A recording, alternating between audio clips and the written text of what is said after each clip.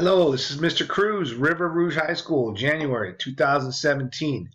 This video is your study guide for your final exam for my U.S. history classes. Along with this video, underneath it on our Edmodo website, you will see a couple more links. They are Quizlet flashcards. You're going to see World War I flashcards, and you're going to see a set of Quizlet cards that deal with cause and effect of the Spanish-American War. I need you to flip through those. You watch this video, you flip through those cards, you should have yourself an A on the final exam. So let's get started. Okay, we've been seeing this all semester. You just saw it on a practice test. We took a practice final exam last week, right? We know what this is by now. If you look right here, it says what? If you really look, Standard Oil. This is a political cartoon that represents a Standard Oil company. And what's with this octopus with its tentacles, right? This represents a monopoly. It's taking over government buildings, politicians, Washington, D.C. And if you look on the globe, it's taking over the whole world, right? And it's kind of cut off on this picture. I don't know why. But this tentacle is about to grab what? It's about to grab the White House.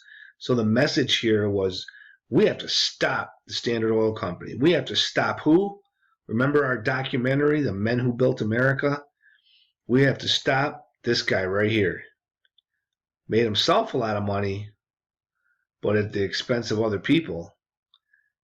J.D. Rockefeller, right? He made a lot of people rich too, but with this monopoly, it works best for him, maybe not so much for the rest of the country or the rest of the world. Who would take on monopolies eventually, right? Who would call this cat in the courtroom? Who went after him? Okay, we learned about William Jennings Bryan in the documentary. He never made it to president. He ran, but he never made it. He ran like 3 or 4 times, but never won. But who did sneak in was Teddy Roosevelt. He was a vice president for McKinley. McKinley was shot and killed by an anarchist, and Teddy Roosevelt took on these big companies, and he took on monopolies. Nowadays, monopolies are illegal, right? Because we need competition. We talked about this in class, but, you know, Little Caesars would get rid of the $5 pizza if they owned every pizza place in the world, right? They wouldn't have any competition. So this is about monopolies. It's about Standard Oil. And don't forget, it's about to capture the White House, right? This political cartoon was a warning. And besides my final, if you're wondering, man, Cruz sure showed this to us a lot. You're going to see this in your future history classes in high school and in college. You're going to see this a lot, so I want you to be familiar with it because everybody else in the room will be. All right. Now, if you remember this guy, think of our documentary, The Men Who Built America. When you think of the railroads, who was the king of the railroads? Cornelius Vanderbilt. So when you hear Cornelius Vanderbilt, you think railroads. The steel industry. Who owned the steel industry? Who had the market cornered? Andrew Carnegie. Andrew Carnegie would later sell Carnegie Steel, right, to follow philanthropy, you know, helping different organizations, building museums and schools and libraries. It became U.S. Steel when he sold it. And when he sold it to J.P. Morgan, U.S. Steel is still around today. And a lot of you mentioned that you've seen the U.S. Steel logo on trucks, on the sides of buildings, all through River Rouge. Like, that company still exists today. We still see it. You go down Jefferson through River Rouge. You go through Del Rey. You go up to West End. Take that up, other side of 75, turns into Springwells. See the street I grew up on over there in Southwest over there. And we've grown up, you know, living so close to the Rouge plant, we've grown up seeing U.S. Steel, the logo and its trucks and all that. Okay, you remember these guys? We got J.P. Morgan. Remember him, the banker, the financer from the documentary, The Men Who Built America? We never did get around to getting a test on the Men Who Built America, so I'm going to ask you some of these questions on the final.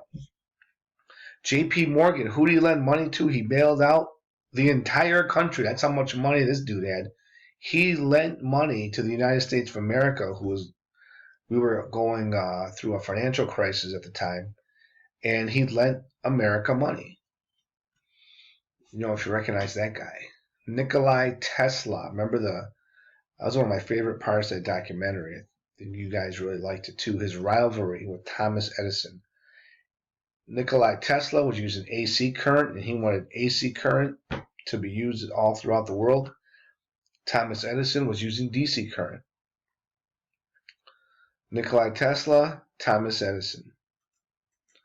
Okay, the World War I stuff. We just had a test on World War I. You guys did very good. You guys had a 79% average. That's all my U.S. history classes combined. 2 classes beat the honors class. So honors class, you got to step up your game, man. You got beat by first hour and second hour. But we'll try to fix that next semester. But World War I. The flashcards are on Edmodo. The link is right underneath this. If you go under the video link, the next link should be World War I.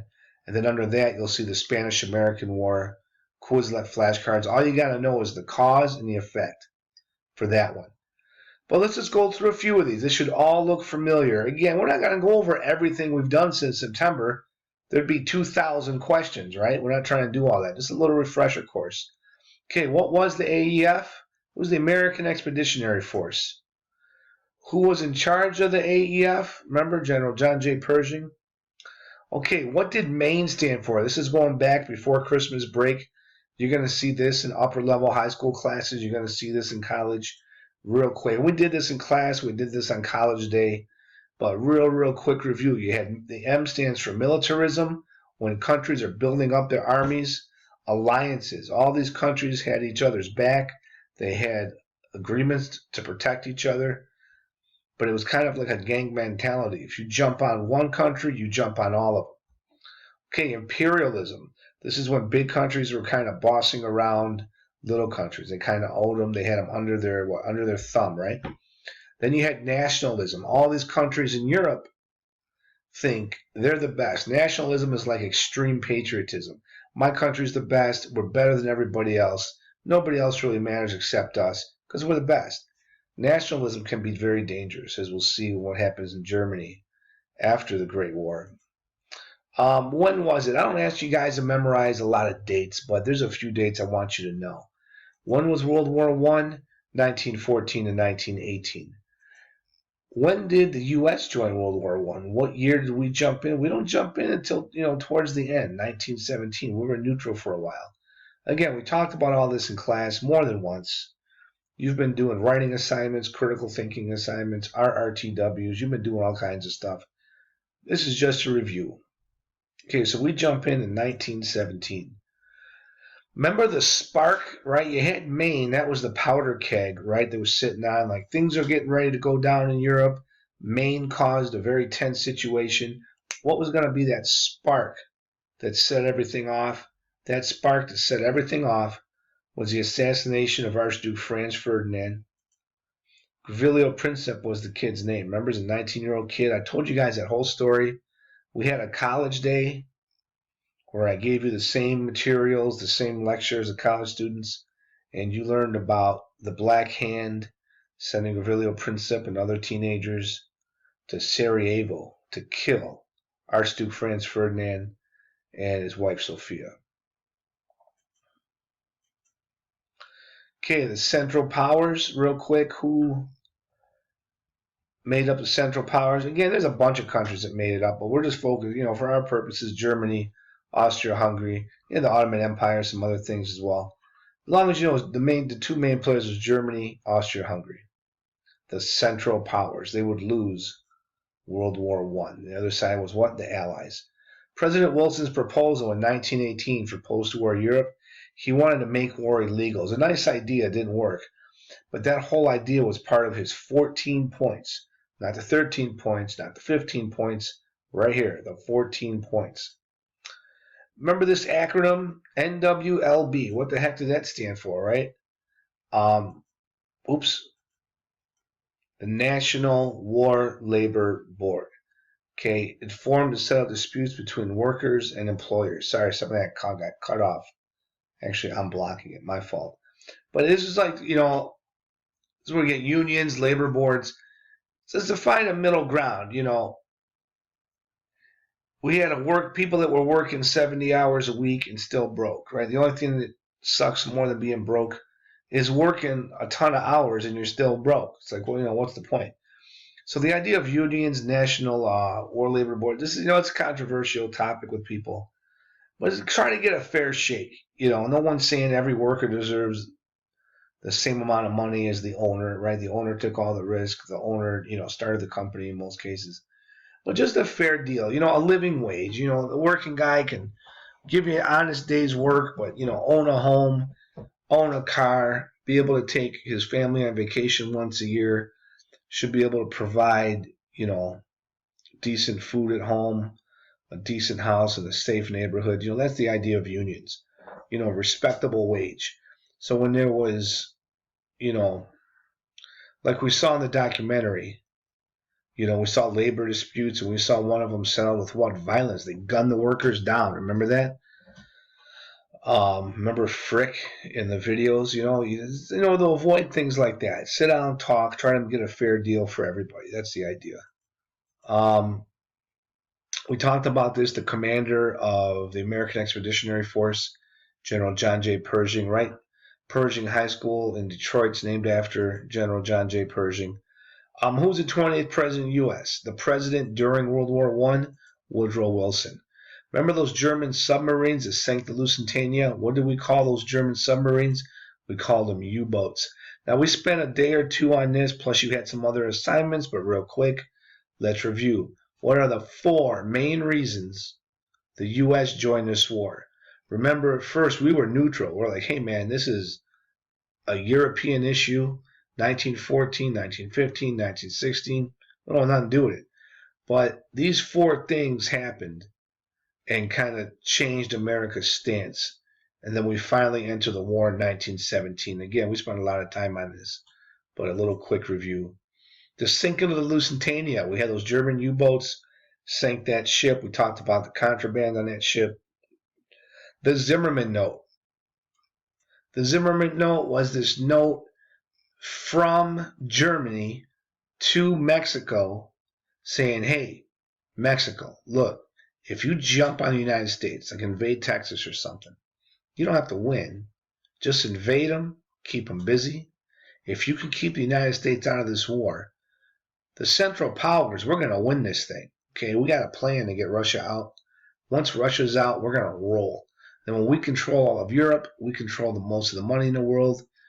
We'll make the United States give you back the land you lost in the Mexican-American War. Parts of Texas, Arizona, New Mexico, California. We'll give you that land back. That'll be the deal. So invade the United States. Now, the Mexican government was never going to do this. They're like, no, I don't think so. But the main idea, the reason the Zimmerman Note is important, not because Mexico ever took it serious. They never did. They were having their own problems at the time, a guy named Pancho Villa, etc. The importance is this. Great Britain intercepts this telegram. And again, sometimes you'll see it, the Zimmerman telegram, the Zimmerman Note, same thing. They intercept the telegram, and they stick it in all the newspapers. And they go, look, America, look, United States, you think Germany's your friend? You don't think you have a reason to be in this war? Well, behind your back, your buddy Germany is trying to get Mexico to jump on you. You should get in this war. So the Allies were constantly trying to find reasons to get the United States into the war. 3, this is the one we talked about in class. I showed you. Your textbooks don't talk about this so much, but most things, are about what? It's about money, right? We were lending money to the Allies. We even sold some stuff to Germany, and we were selling things to the Allies. The difference was Germany paid cash for stuff they bought from us. The Allies, especially Great Britain, they were buying things on credit. So while we're kicking back making money, the United States government starts going, you know what? We're sitting here saying we're neutral, but man, if the Allies win, we ain't getting paid, bro. They owe us like $2 billion. If the Allies lose this war, we're never going to see that money. yeah, we really need the Allies to win. So this had a lot to do with the government changing their opinion. And then 4, we talked about this as well, the Russian Revolution. Vladimir Ilyich Ulyanov, V.I. Lenin, changed his name to Lenin.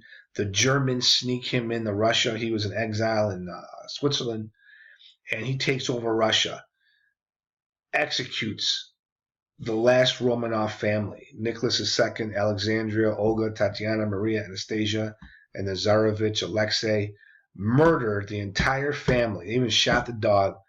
And the deal was, if Germany helped Lenin get into Russia and Lenin could take over, that Lenin would pull Russia out of the war. That's exactly what he did. Then Russia breaks out into a civil war. They have their own problems. You'll learn more about that in world history next year. Okay, what was that name of that treaty that ended World War I? Germany signs it, right? The Central Powers lose. And this thing blames Germany for the whole war. They got to pay reprimands. They got to pay everybody back. Everybody they bombed, they had to pay back. They're not allowed to have a big army. There's all these rules. They're punished very harshly. And the Treaty of Versailles actually creates an atmosphere, a political and economic atmosphere in Germany that is so bad that it allows a lunatic like Hitler and the Nazi Party to come to power. We'll talk about that more in semester 2. But for our purposes, you just want to know it's a Treaty of Versailles. And let's be careful with the pronunciation. I know it doesn't look like it. A lot of people will say Treaty of Versailles, right?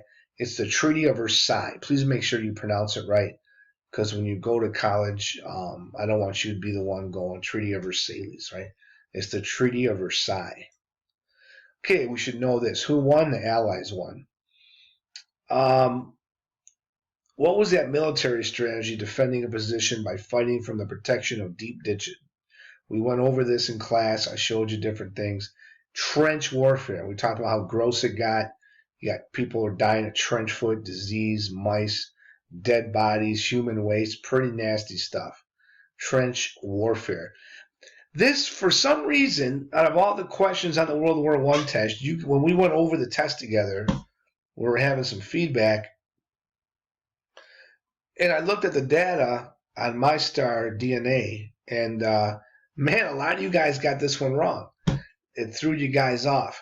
The nickname of the soldiers, right, in the AAF, if you know Detroit schools, think of Pershing High School, Pershing Doughboys, right? The Doughboys, why they call them the Doughboys, one story is, well, when the American troops got there, they had some fat on them, right? The Allied troops had been in the trenches for 3 years. They were skinny, malnourished. Here come a lot of the Americans. They've been eating mom's cooking, eating good in their barracks, and they were a little doughy.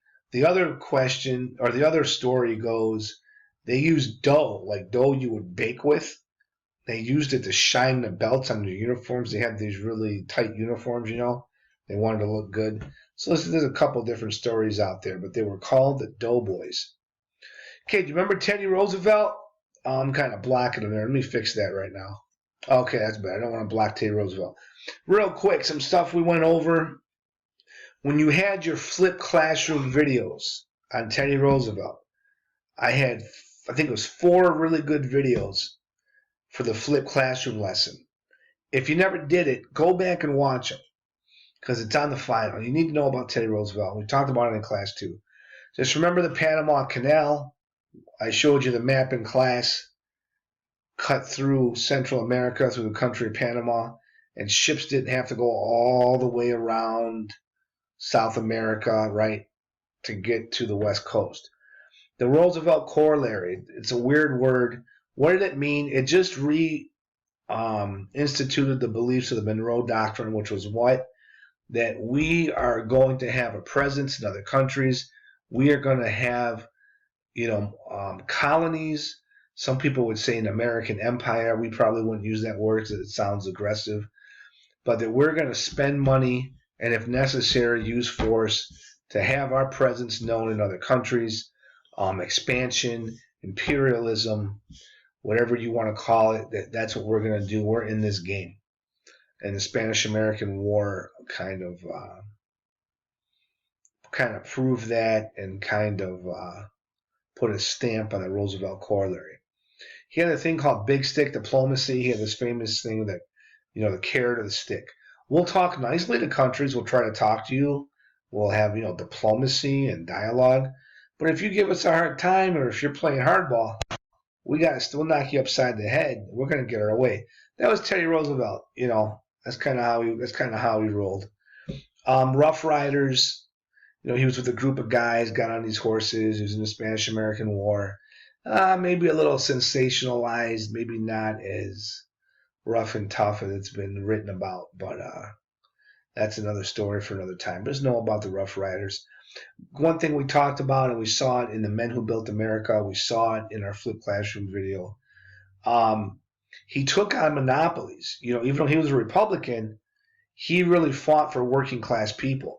And he didn't like the richest guys in America running the show, and he couldn't be bought off. Even though he came from money himself, he fought for working class people. And he helped take on monopolies, antitrust. He fought for the working class. He read the book The Jungle by Upton Sinclair about the Chicago meatpacking industry and how disgusting it was, how unsafe it was. And because of Teddy Roosevelt, a lot of his policies, that's why, like, if you buy meat at the grocery store, it says USDA. The USDA set like a standard, like, this meat has to be, fresh. You can't have, like that book talked about rat tails getting in the meat. Sometimes people's fingers, workers, it's cut off a finger, lose something, got right into the meat. This prevented that. The government is going to inspect these places and make sure you're not out there killing people. So that's your little study guide for the final exam. All of this we've covered already. Just to give you an idea, what you want for a final exam, at least for men, you want to have a laser focus. We're not going to be tested on every single thing we learned. That would be a 2,000 question test, just a laser focus. So work on this, watch the video, flip through the Quizlet flashcards that are underneath the link for this video. You'll see the World War I flashcards on Quizlet, and you'll see the Spanish-American War flashcards on Quizlet. You should get an A on the final. Now, those of you that have an A or a B in the class, congratulations. Don't lose your A or B at the last minute by bombing the final. The final is worth 10%. It's a whole letter grade. Those that have an F in the class, you had a bad semester, right? If you can get an A on my final, you give me a strong case to at least pass you, right? I'm not trying to fail nobody, but you get an F all semester, and then you fail my final, I don't have much to work with, right? But if you get an A on my final, we might be able to at least pass you. Can't get you an A or a B, it's too late, right? That's not fair to the kids that do their work every day. But at least pass you. It's a required class. You can't graduate without it. I'm not trying to fail anybody. And if you notice, my study guide is much better than Mrs. Cruz's, right? Mrs. Cruz, what did she put her study guide on? Frickin' paper. It's 2017, Mrs. Cruz. Who needs paper? We don't need no stinking paper. We got the interweb. We got smarty phones. Who needs paper for a study guide? So obviously, my study guide is much better than Mrs. Cruz's. And if you let her know that, if you say, Mrs. Cruz, Mr. Cruz's study guide was much better than yours, I'll give you 25 points extra credit, okay? I'm always trying to help. So good luck on your final exam. I had a fun semester. You're a great group of kids. I look forward to some good grades, and I look forward to semester 2. All right, guys, get to studying. Bye.